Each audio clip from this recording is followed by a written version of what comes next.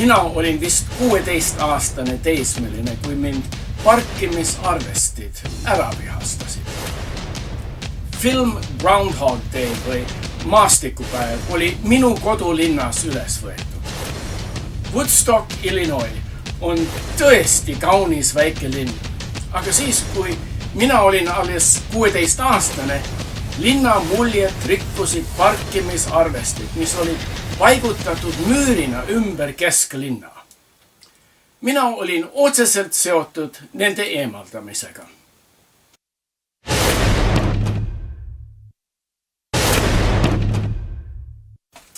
Parkimisarvestitest räägin kohe, aga enne tutvustan selle video sponsori. Reformierakond ja Keskerakond. Mõlemad tahavad teie hääli ja teie raha enda kätte. Mõlemate poliitiline filosoofia pidi paremini kajastama rahva meelt ja püüdlusi. Kas nii on, selgub varsti järgmistel valimistel. Sel nädalal Reformierakond tahtis oma valimisnimekirjast välja kookida tuntumad kaagid. Laine Randjärv jäi kah silmi, sest tema on populaarne ainult Jokk Tegelinskitega. Randjärve sokutati Eesti Kontserdi esimeheks, kus tema valimisi ei segaks ja kus ta saaks rikkalt edasi elada rahva kulul. Nagu juba teate, Randjärv kasutas juhust, et 10 000 eurosi rahvalt hüvitistena välja pressida enne Eesti Kontserdi esimeheks hakkamist. Kui rahvas tõstis selle peale kisa, Eesti Kontsert otsustas Randjärve mitte tööle võtta ja nüüd Randjärv võttis endale vandeadvokaadi, et kohtu kaudu välja pressida nii töökoha kui ka hüvitised, kõik jokk. Siin võiks meelde tuletada, et mitte ühelgi poliitikul pole eluaegne õigus rikkalt elada rahva kulul. Vahel peab moosipurgilt eemale astuma ja oma ressurssidega elama. Muidugi Randjärvel võib see olla raske. Oleks ta tark, siis oleks ta doktorikraadi lõpetanud ja võinud olla ülikoolis õppejõud. Oleks tal kunstiannet, oleks tal oma ateljee. Oleks ta musikaalne, oleks ta dirigent või helilooja. Kahjuks väiksema aju ja oskustega, aga suure suuga kõlbab ta ainult maitsetu peaministri vilepilli puhujaks. Kui ta poleks reformikas, peaks ta otsima tööd vastavalt oma oskustele ja kogemustele. Võib-olla oskate ise välja pakkuda, kus ta sellist tööd leiaks. Selle nädala Keskerakonnas silmapaistvam oli Mihhail Kõlvart, kes ootab pikemat aega oma tarkuse hammast. Tarkuse hammasteta ei kuku tal mõtlemine hästi välja. Näiteks eemaldas ta Eesti lipu linnavolikogu saalist öeldes, et patriotism pole mõõdetud lipu suurusega. Minul kargas kohe mõte, et milliste väikeste asjadega ta oma patriotismi siis mõõta suudab. Aga see oli vaid Kõlvarti esimene apsakas. Ta ju pakkus välja Tallinna linna turismimaksu. Loota oli, et kainemad keskerid oleks poisikest natuke aidata, aga kantseldanud. Kultuurikatla konverentsil ilmus Kõlvart plaaniga reguleerida turistide majutust maksudega. Nagu tegi seda nõukogude aegne turist. Mõtlemispuuetega inimesi on raske koolitada, aga Tallinna linna heaks ja keskerite maine päästmiseks võtan selle ette. Mina kardan, et Kõlvarti turismi maksu saatus on sama, mis Woodstocki parkimisarvestite saatus ja ka alkoholiaktsiiside saatus. Kunagi võtavad targemad asja käsile ja lõpetavad totrused.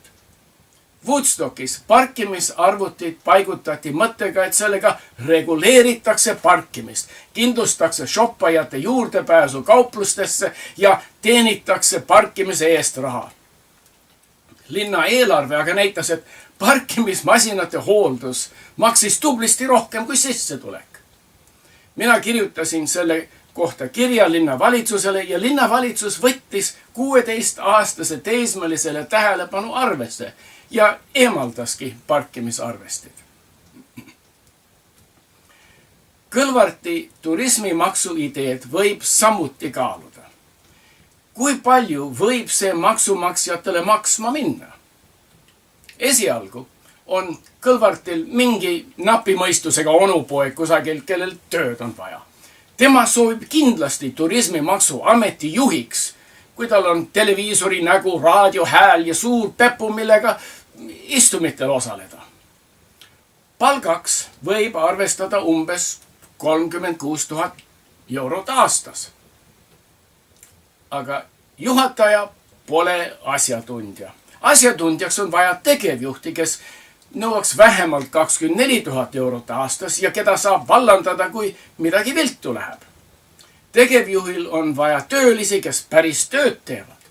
Vaevalt, et nad oleks vähem kui 5 ja igaühele peab arvestama 12 000 eurot aastas. Kokku siis 120 000 euri palka uue turismimaksu meeskonnale iga aasta. Aga nende palkade pealt peab riik saama sotsiaalmakse 33%. Seega meeskonna kulu on juba 159 600 eurot aastas.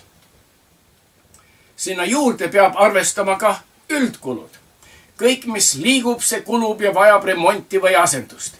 Üldkulude hulka kuuluvad ametiruumide üür, pliiatsid, pastakad, paber, printeri tarbed, arvuti tugi, andmebaaside kulud ja hooldus, personali värbamine, vallandamine, ajutiste tööliste palkamine ja nii edasi, nii edasi.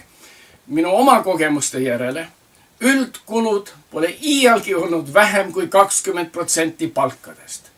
Paneme siis üldkulud ka juurde ja aastakulud on juba 191 520 eurot või ligi 200 000 eurot aastas. Ja kellelt selle raha siis Kõlvart mõtleb sisse kasseerida? Visiit Tallinn statistika näitab, et 2017. aastal olid sellised välisturistide arvud. Kokku külastas ligi 1,5 miljon inimest Tallinnas 2017. aastal. Igal ühelt oleks vaja ligi 8 eurot võtta ainult, et maksta turismimaksude sissekasseerimise eest. Aga see 8 eurot iga turisti pealt on ainult turismimaksu kulude korjamise kulu. Kõlvartil on vaja kasumit ka ja kasumit peab kulutama reguleerimise peale. Need reguleerimisametnikud vajavad samuti palka, sotsiaalmaksu ja makse ja üldkulu katet. Kas see reguleerimine vajab investeeringut? Seda on ka vaja turistidelt välja pigistada.